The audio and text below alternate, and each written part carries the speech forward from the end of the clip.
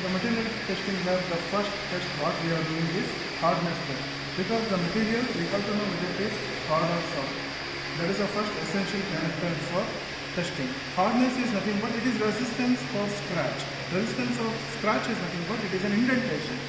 Here what we are doing testing is, we are doing destructive test. Destructive test means the material will get distorted or affected.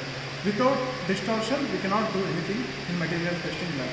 If we want to do non-destructive testing, again the cost of machine will go up.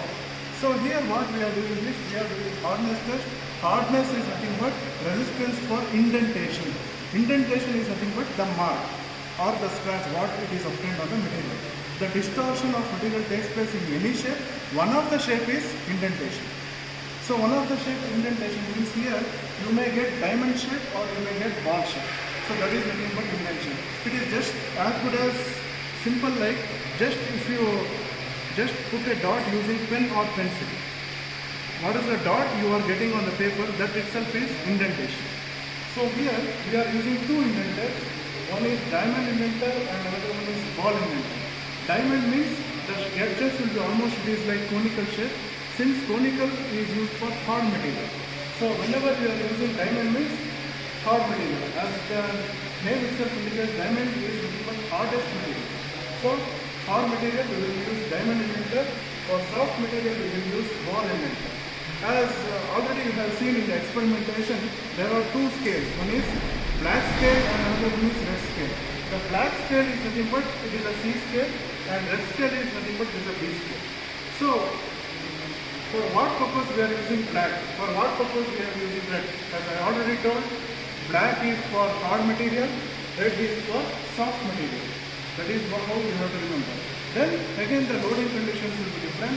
The black has more load because it is used for hard material, 50 kg, and red is for soft material, 100 kg. Again, if you want higher loads, you use another tester. Like that, the hardness test varies with one instrumental, other instrument. What we are doing is basically we are checking for different materials. What is the hardness of different materials? So first, the tabular column is simple. It is specimen, then indenter, ball or diamond indenter, just a different indenter. Then after that, apply load, take 3 trials, average of 3 trials is for your final. First, specimen indented, hardened steel, mild steel and copper, aluminum, brass, bronze. These are the different materials they will test hardness. And this remains common for all the hardness tests. Out of this material you will be testing any one or two. So finally what we will be calculating? RHN. Direct reading here there is no calculation because the scale itself is the graduations. Directly we will be applying the load, we will be seeing the value, we will be writing. So hence take 3 trials to improve the precision. Average of 3 trials will be the final RHN value. Good afternoon. So today I am going to demonstrate you one of the tests in the material testing laboratory, Rockwell hardness test, and this is the apparatus what you are seeing here. And you can see the specifications of Rockwell and Brinell, both you can perform using the same apparatus. So Rockwell hardness test, the aim of it is to find the hardness number, Rockwell hardness number, where the hardness is a resistance to scratch or any indentation. So before that, entering into that, we need to know what are the materials you can test here. So this is a specimen of hardened steel, which is considered to be a hardest alloy. And the other materials what you are seeing here are nothing but the mild steel, aluminium, brass and the bronze. These are considered as relatively softer metals and alloys. So why we are classifying them into different it has an intention, because we have to use a different type of indenter to draw the indentation on the material, as well as we need to change the loading condition. So indenters, coming to the indenters, you can see here for hardened steel, this material, we have to use a diamond cone indenter. We have ball indenter as well as diamond cone indenter. We are using diamond cone indenter for hardened steel, hard metals and alloys. So similarly, we need to use ball indenters for softer metals and alloys. you can see of different size here. So the smaller one is of 1 by 16th inch, and this is 2.5 millimeter diamond cone indenter, and one more is of 5 ball indenter.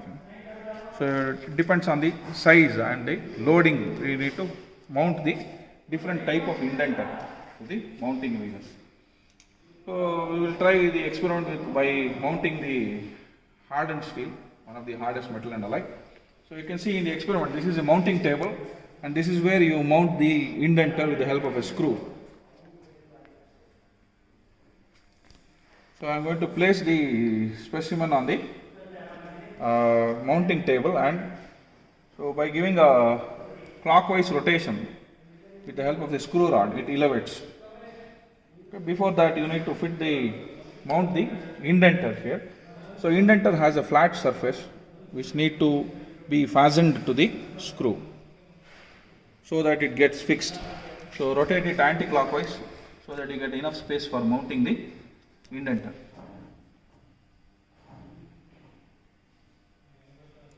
So I am going to fix the indenter this way by fastening the screw. So hold the indenter carefully because it is expensive, so that it doesn't get disconnected. So this is how we fix the indenter, and rotate clockwise so that the table elevates.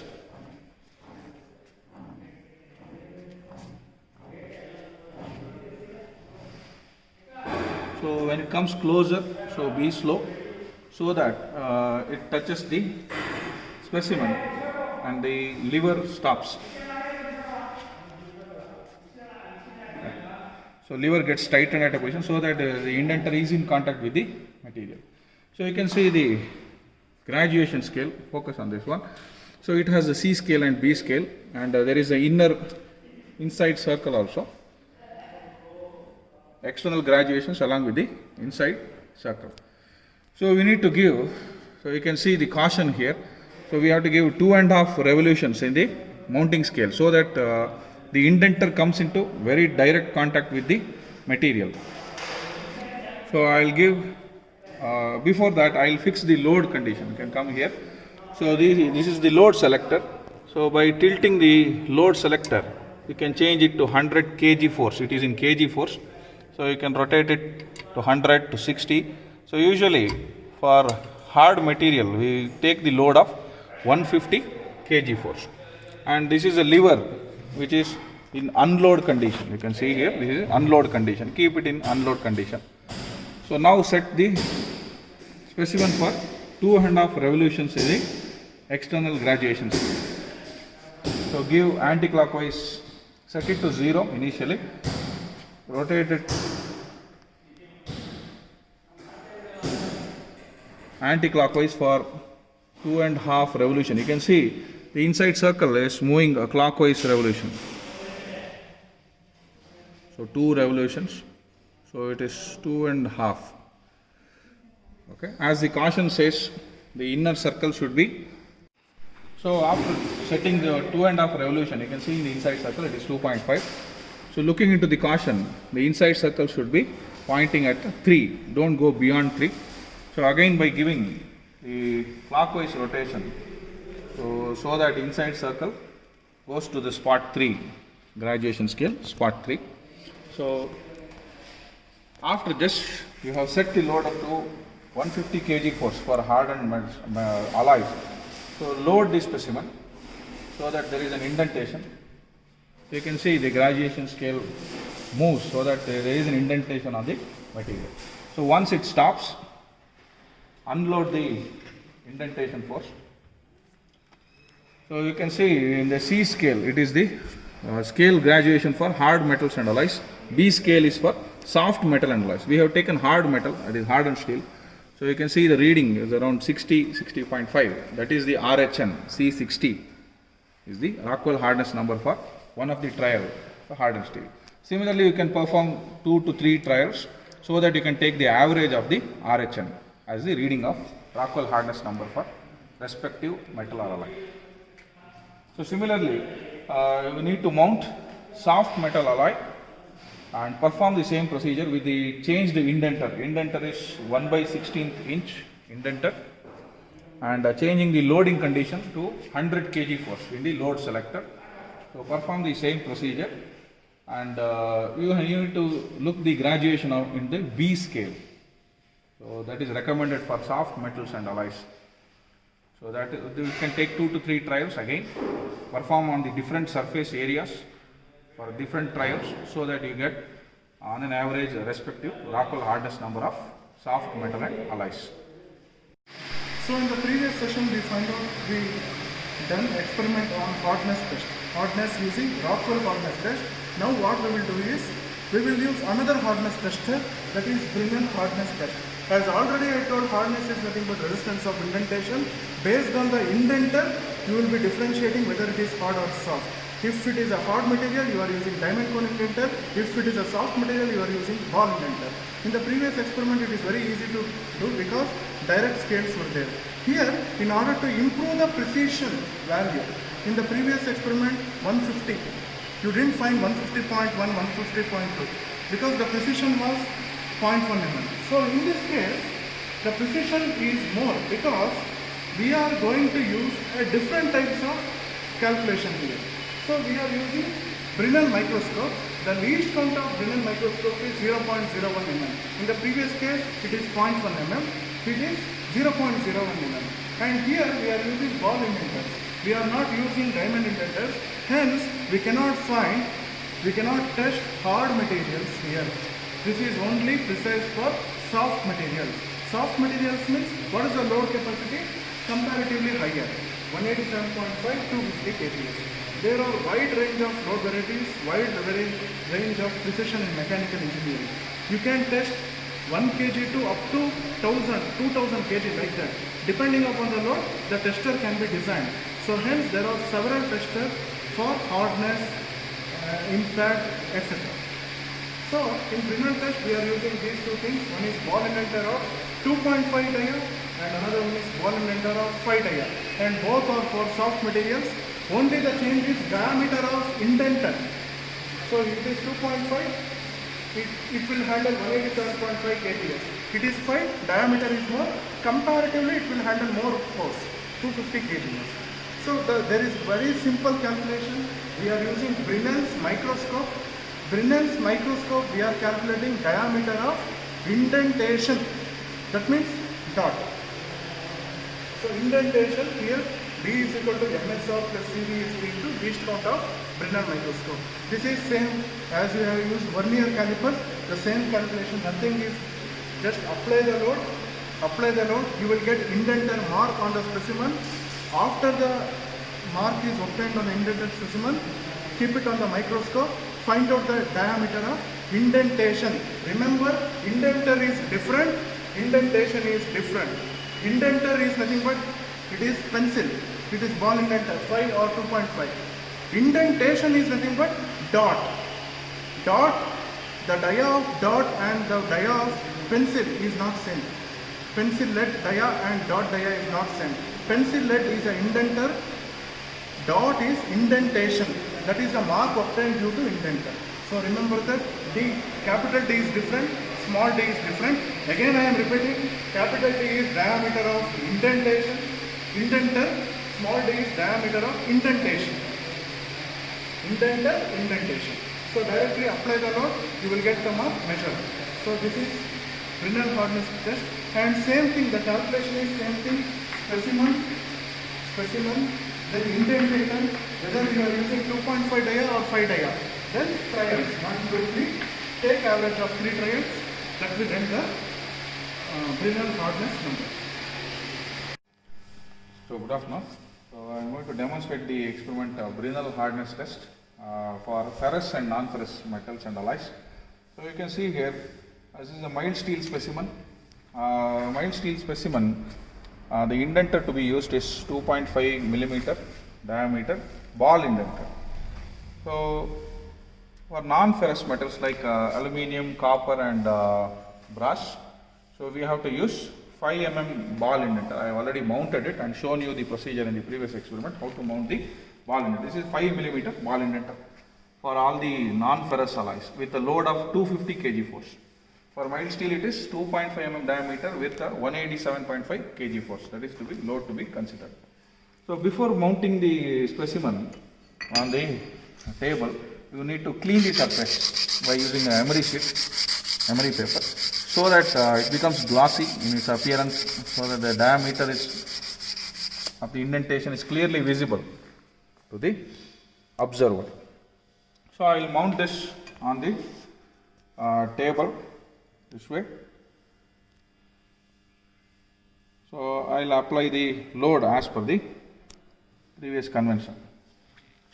So loading condition, you can see here, I told you it is to be 250 kg force. So right now it is 187.5. When the load selector, I will select it to 250 kg force. It is in the unloading condition. So we have mounted the wall indenter along with the specimen. I will rotate it anti-clockwise, bring the contact to the indenter. So now it is in contact with the indenter. So as per the previous experiment, I will rotate, okay, I will see that the outer graduation scale takes a 2.5 revolutions. So you can see, so yes, so this is 1 revolution followed by 2 and 2.5. You can see the inside circle is 2.5. As per the caution, we have to maintain not beyond 3.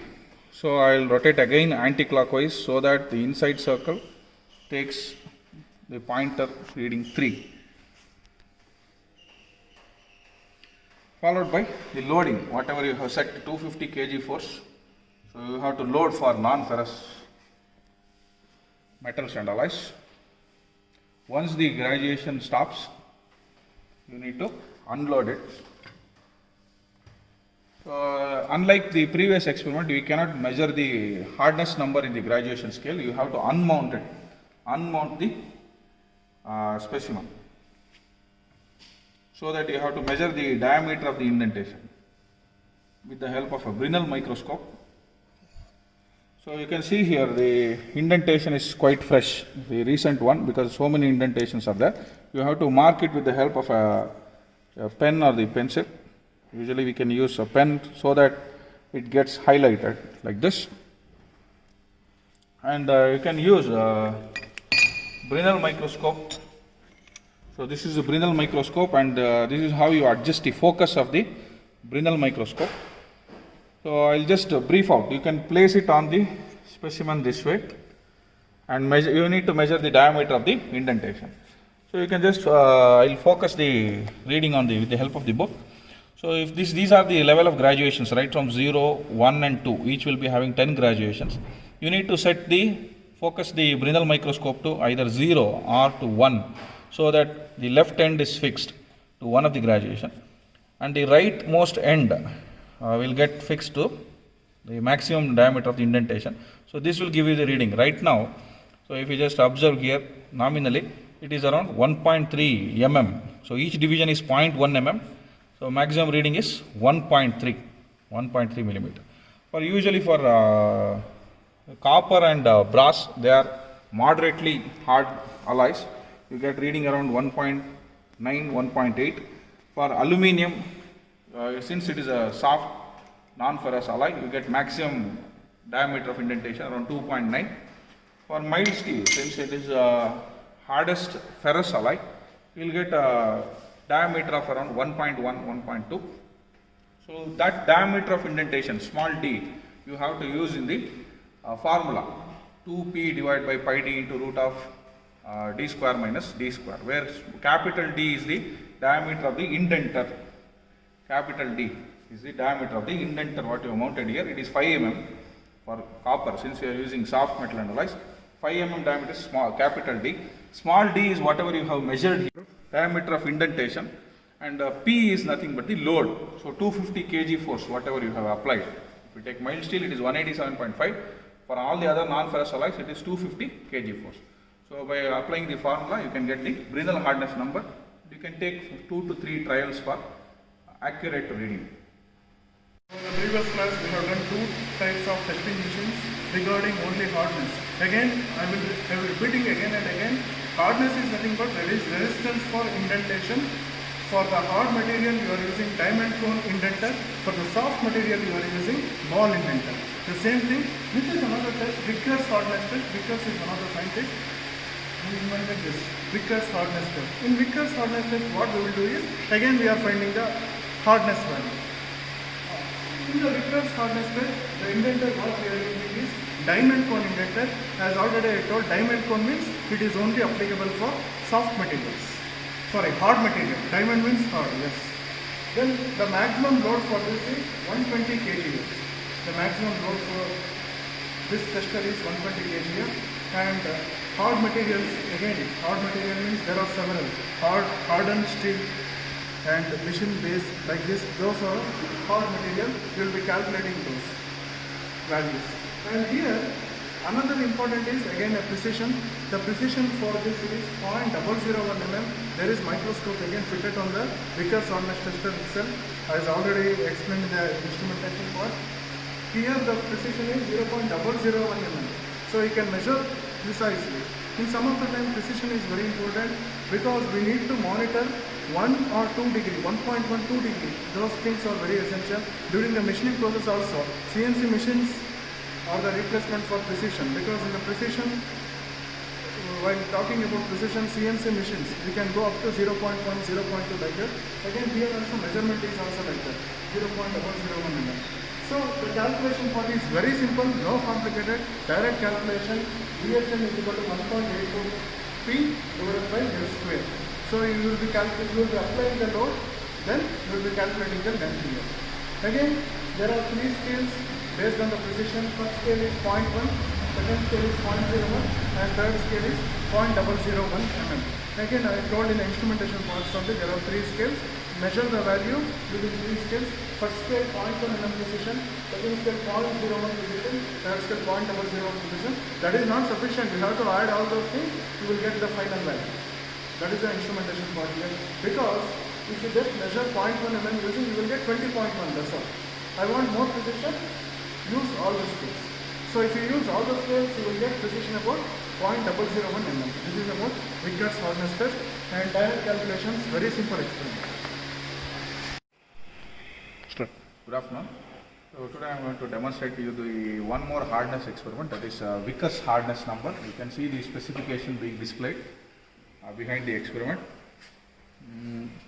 So this is usually used to check the hardness more precisely with the third decimal place, where we are going to measure the length of the indentation. Unlike in Brinell we have measured the diameter of the indentation, here we are going to measure the length of the indentation. So initially surface preparation, you have to wipe the surface, clean the surface by using emery sheet, as I have told you in the previous experiment. So cleaned surface should be placed on the mounting table, and you need to leave a gap for the indenter and the workpiece being fixed here. So that is one of the important thing to be noted. And the graduation scale coming to here, so you need to fix the table by looking into whether it is being observed, the surface is being clearly observed in the graduation scale. So there you need to stop the fixing of the mounting table. Set the graduation scale to 0 by adjusting the thimble here. So by thimble you have 3 different graduation scales. So set it to 0.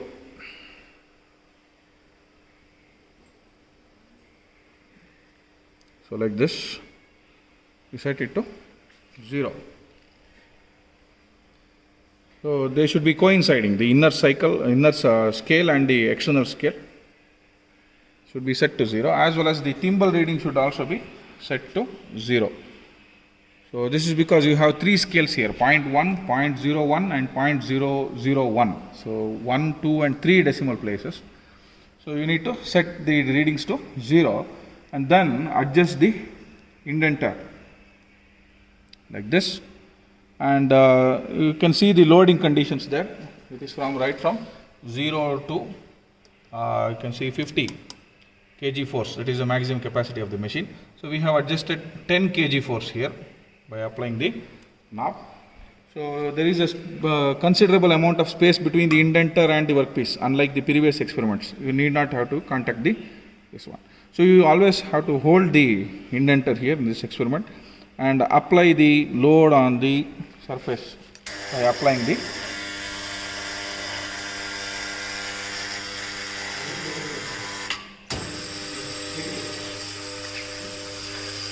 so you can see the loading lever, movement of the loading lever, so that the load is being applied on the material being placed on the mounting table. So once the lever stops, that is considerable amount of indentation is applied to the specimen. So you can unload it. You can unload it this way, and you need to remove the. You need to see the. Okay, remove the indenter like this and observe with the help of the. Adjust the workpiece with the help of light so that the indentation is observed in the form of a rhombus. Let me show you with the help of a book, since the visibility is not that great. You can observe a rhombus shape, more or less.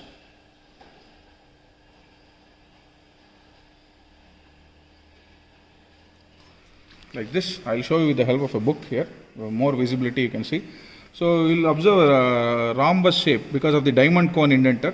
The diagonal will be the length of the indentation. This is what I want to measure now, the L. Because the formula is 1.856 into load divided by L square. This is the L what I want. So that is the measurement of the diagonal. So I have told you there are 3 scales. So first scale is 0.1 mm. So if you just observe here, so individual graduation will give you the first decimal place 0.1 mm. Between those graduation scale there are multiple graduations that will give you a second decimal place 0.01 mm. And the third decimal you can fix it with the help of the scale. You can see here the timbal. So this will give you the coinciding division will give you the third decimal 0.001, that scale. So 3 scales, when they summed up together you will get the reading of length of the indentation. So for example, if the rhombus will be somewhere in this graduation scale, so you have to set it to one of the graduation, one of the main scale graduation, one end. So you can see indentation similar to the shape of a rhombus. So where you can adjust with the help of an adjuster, so you can adjust the rhombus to the left graduation so that you can measure reading in the graduation scale. So I have already told you first decimal, the main scale graduation will give you first decimal. It is, you can observe here, it is 1, 2, 3 and 4. So it is 0.4 is the first graduation scale, 0.4. So the main, you can see like something like this here.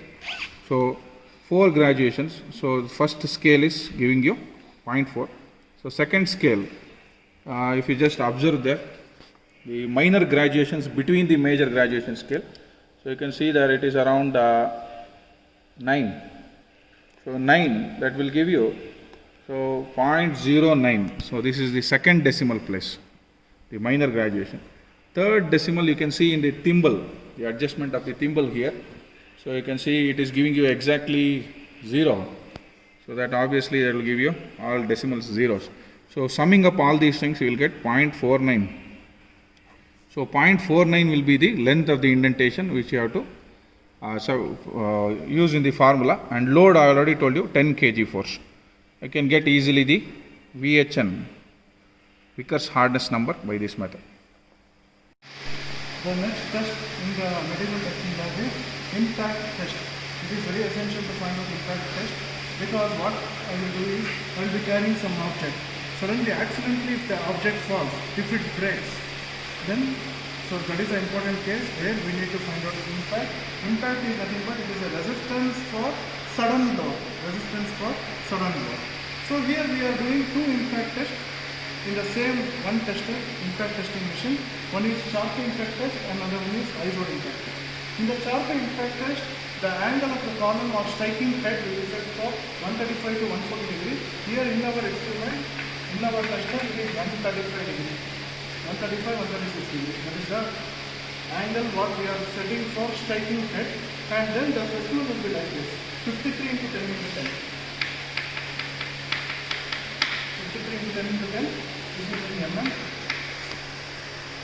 So this is the length, and length is not important. We are fixing in such a way that V notch is perpendicular to the striking head, so that it will break easily. We are creating the notch. This notch helps for breaking easily, because whenever I want to create a small scratch, it is very difficult.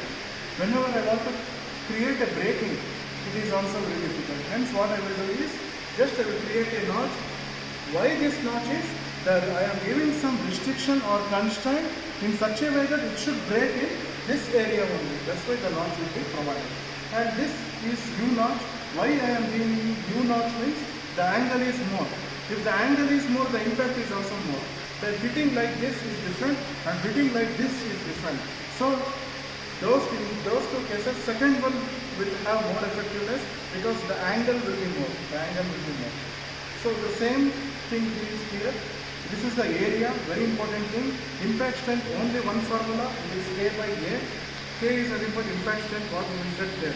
Directly we will get impact strength in terms of energy, joule. We will get impact strength in terms of joule. So, I is impact value. So, K is, we will get in terms of joule. So, the difference between K1 and K2. K1 we will set, as already told in the instrumentation part, K1 will be set 0. After the applying load, it will give some value. You take the difference of that, you will get K. And divided by area. This area is important. The area you should not take 53 into 10. You have to take 10 into 5 because this is the where it will strike or it will fail. So 10 into 5. Why 5 means rest of the U notch will be break. It should break completely. It will break. That's why we are giving U notch provision. This is about impact strength. Good afternoon. Today I am going to demonstrate to you one more crucial experiment to measure the impact strength, or what we call as toughness of a material. So it is resistance to shock loads, that is what we said. So how do we measure it? We can demonstrate with the help of the experiment. We have two different experiments, Charpy and Izard experiments. So one after the other we will perform. So now we will perform Charpy test. So the specimen you can see here, this is of length of 55 into 10 into 10. Where I am preparing the initial crack of the material. So you can see a U notch, that is what we say. It is cut in the shape of U for a depth of 5 millimeters. For a depth of 5 millimeters. So with the help of a bevel attachment, I can fix it to the mounting zone there. You can see here the mounting area. So by this way, I am easily going to mount it to the mounting attachment. So similarly, you can see a hammer here which is used for applying the load. It is being provided with a safety lever also, so that it doesn't get activated before the experiment. So it is mounted at an angle of 140 degree for Charpy test and 90 degree for Izard test. And coming to the scale, you have different scale. This is for Charpy, 0 to 300 joules. You can see one division gives you 2 joules. So for Izard it is 0 to inner scale, you can see here 0 to 170. This is for Izard. So two different graduation for two different experiments. So even the notch also varies. U notch is for Charpy experiment and V notch which is being cut for 90 degrees for the Izard test. So first we will demonstrate you the Charpy test. So this is how usually towards the pointer, the component is placed towards the pointer. We will demonstrate you shortly.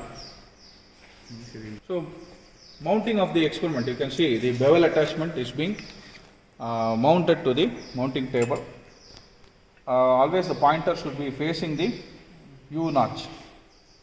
So you can see the notch is being placed towards the pointer, so that the notched specimen is placed in the table. So now you need to blow with the help of the hammer by unattaching the safety lever. So you can see the scale is being always set to 300 joules for Charpy experiment. So with the help of a lever, we will break the specimen. So applying of the shock load. So you can see, so once you stop the hammer, you can see the reading in the Charpy scale. It is giving you 20 joules, that is K2. So K1 is 300 joules, 20 is K2. So difference between K2 and K1 will give you the actual impact strength value divided by respective area of the notch. Area of the notch was 0.5 into 1 centimeter square, that is 0.5 centimeter square. So K by A, 300 minus 20, that is around 280 divided by 0.5 centimeter square will give you impact strength of the mild steel specimen. So in the previous class, what we have done is first impact testing machine using Charpy impactor. The angle what we set is 135 degree. Now what we will do is we are doing ISOD impact test. ISOD impact test, the angle of shaking it what we are setting is for 90 degree. Since the angle is less, instead of U notch we have to use sharp corner. Hence here we are providing V notch. This is very important. And directly the name is not mentioned in our exam. We will mention like this V notch, 90 degree test using this test the specimen like U notch. Then you have to identify whether it is Charpy or ISOD impact test. Like that you have to correlate. V notch means angle can be less. So angle can be less is 90 degree. In case of U notch it is 90 degree. So V notch and the depth what we are doing is 2 mm. So again it is attached like the same fashion like Charpy impact test. Here what we are doing is the same thing, the specimen size is more. Here is 75 into 10 into 10. And this is how the shaking area. Here shaking area is 10 into 8. It will be in millimeter square. So it will shade like this. So the same thing, but the change is angle. Again the same thing, impact value will be equal to K by area. K is nothing but impact strength in joules. Difference in K1, K2. Basically K1 will be set for 0. After applying load we will get K2 after releasing this, and K2 will be almost difference, you will get K, right? K by A, you will get the final value. So area here is 10 into 8, not 10 into 5. The angle is 90 degree and specimen notch is V. Good afternoon. So we are going to demonstrate one more impact testing method, that is the ISOD test, where we are going to select a V notch specimen. You can see here it is of dimension 75 into 10 into 10, where a V notch is of 2 millimeters, this 0.2 centimeter, the 90 degrees cut. So 0.2, that means the remaining is around 8 mm or 0.8 centimeters, that is the 0.8 into 1, length into breadth, that is 0.8 centimeters square is the area of the specimen. So 75 into 10 into 10 millimeter is the volume of the dimension of the specimen. So we will mount it to the similar method to the mounting arrangement with a blowing hammer set at exactly 90 degrees. And the scale varies from 0 to 170 here, as I have previously mentioned. For Charpy it is 0 to 300 joules. For ISOD it is 0 to 170 joules. The inner scale what we have to measure. As I have already told you, the inner scale will give you the graduation for ISOD impact test. So you need to set it to the maximum value, that is K1 170, and you have to mount the specimen to the mounting arrangement there. With the help of Allen key and the arrangement, bevel arrangement, we should always place the specimen towards the load, unless the Charpy test. So just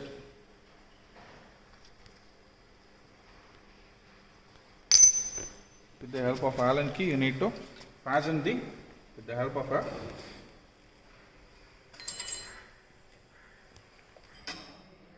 so you can see here with the blow of hammer the impact load is acting on the specimen, and